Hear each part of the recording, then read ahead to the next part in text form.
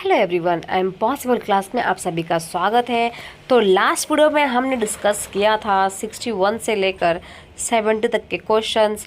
आज हम करेंगे 71 से लेकर 80 तक के क्वेश्चंस ईवीएस के, ओके, जो कि है 23 दिसंबर 2021 के पेपर।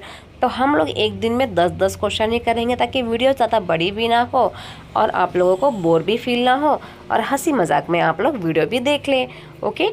चलिए स्टार्ट करते हैं। 71 क्वेश्चन है। उसके पहले चैनल को कर लीजिए सब्सक्राइब और लाइक कमेंट शेयर भी ज़रूर करिएगा। तो the main crop of Jharkhand is, तो झारखंड आप जानती हैं कि पहले बिहार का ही हिस्सा हुआ करता था, बाद में उसे अलग कर दिया गया। तो झारखंड जो है वो उसका मेन क्रॉप क्या है वो आपको बताना है। तो वीट है, पीनट है, या कॉर्न है, या राइस है। तो आप इतना दिमाग लगा सकते हैं कि जो बिहार है, सबसे ज़्यादा बिहार में लोग क्या खाते हैं? राइस खाते हैं। तो भाई उसी का भाई झारखंड भी तो है ना, झारखंड भी तो उसका पड़ोसी है। तो फिर तो झारखंड में भी क्या खाया जाएगा? राइस ही खाया जाएगा, राइट। तो rice is the correct answer. चलिए देखते हैं 72 वाला। Select from the following the reason of considering the earthworms as the friends of the farmers। तो earthworm को आपको कंसिडर करना है कि जो earthworm है उसके लिए कौन से जो नीचे स्टेटमेंट दिए गए हैं वो सही है।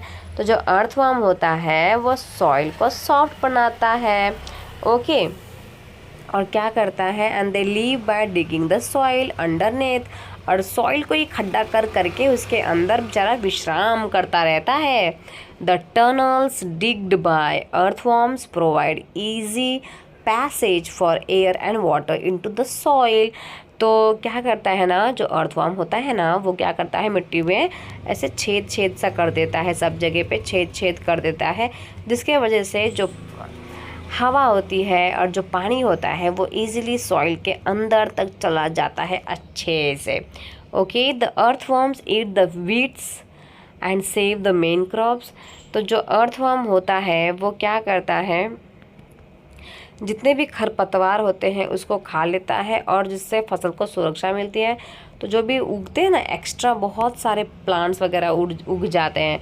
तो केचुआ क्या उसको खा सकता है? भाई डेफिनेटली नहीं खा सकता।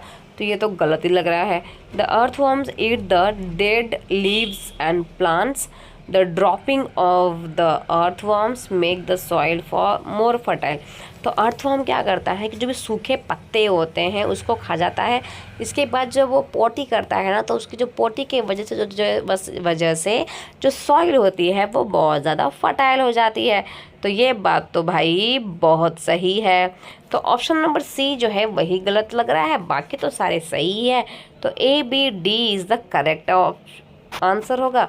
तो option number 4 ABD is the correct answer. चलिए नेक्स्ट जानते हैं मधुबनी पेंटिंग के बारे में।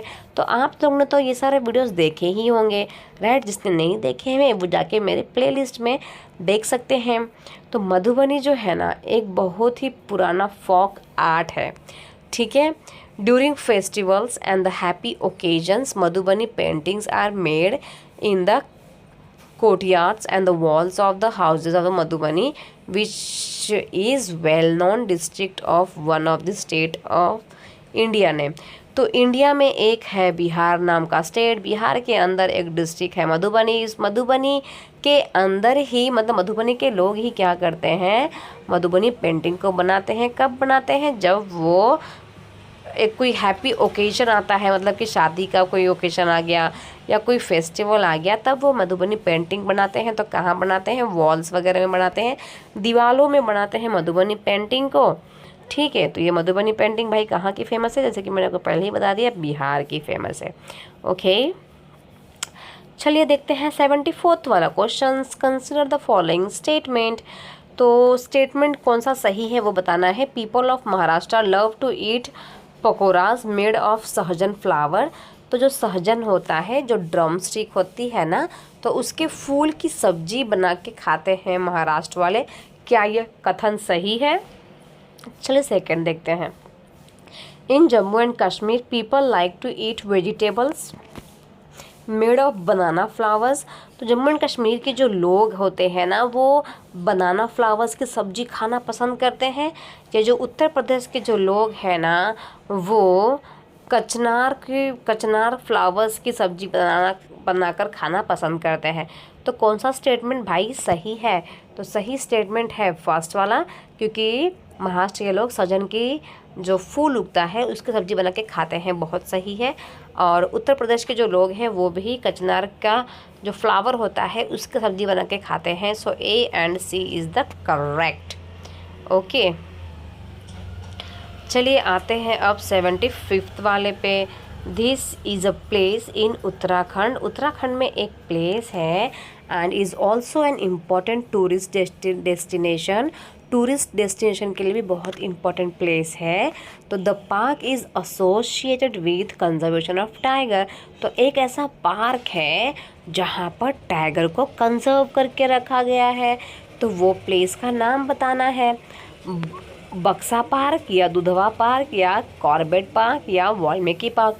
तो सब अगर आपको नहीं बिल्कुल समझ में आ रहा है तो आप इतना याद कर लीजिए कि उत्तराखंड में कौन सा पार्क है भाई।